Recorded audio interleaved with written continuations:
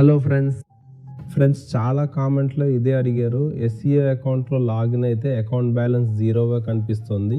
మీరు ఇండెమ్నిటీకి అప్లై చేసినా లేదా దానికి అర్హులైనా అక్కడ బ్యాలెన్స్ జీరోగానే ఉంది, డబ్బు కనిపించడం లేదు.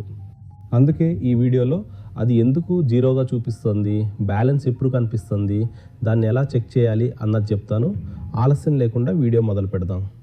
ముందు సహయోగ్ వెబ్సైట్కి వెళ్ళి మీ యూజర్ నేమ్, పాస్వర్డ్ లేదా లాగిన్ వివరాలతో మీ అకౌంట్లో లాగిన్ అవ్వండి. లాగిన్ అయ్యాక ఎస్సీఓ హోమ్ పేజ్ వస్తుంది. ఇక్కడ ట్రాన్సాక్షన్స్ డాష్బోర్డ్ 360 వ్యూని క్లిక్ చేయాలి.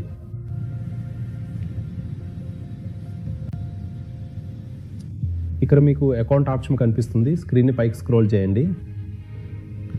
ఫ్రెండ్స్, ఇక్కడే బ్యాలెన్స్ జీరోగా ఎందుకు చూపిస్తోందని మీరు అడిగారు.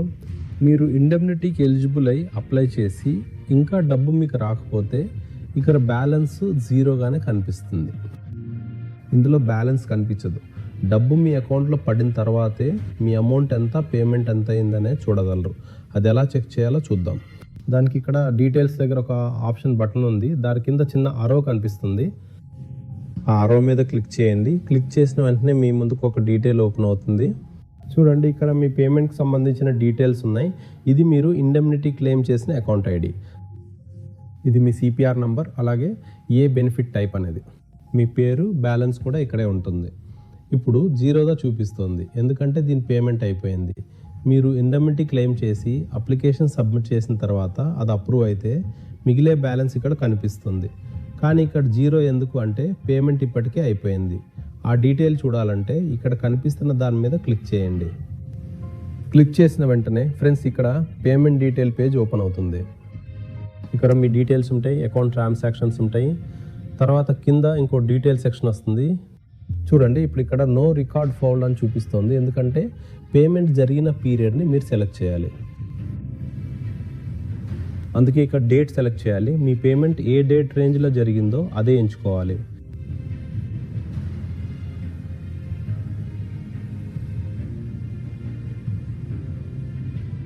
సో మా పేమెంట్ లాస్ట్ ఇయర్ 2024-25 మధ్యలో జరిగింది కదా, అందుకే ఇక్కడ 2024 సెలెక్ట్ చేశాను. ఇక్కడ 26 వరకు పీరియడ్ పెట్టి సెర్చ్ మీద క్లిక్ చేయాలి.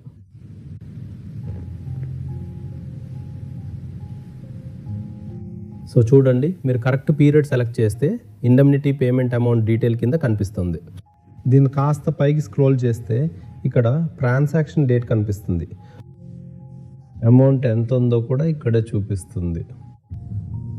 మీకు వచ్చిన అమౌంట్, రన్నింగ్ బ్యాలెన్స్ ఇక్కడ కనిపిస్తాయి.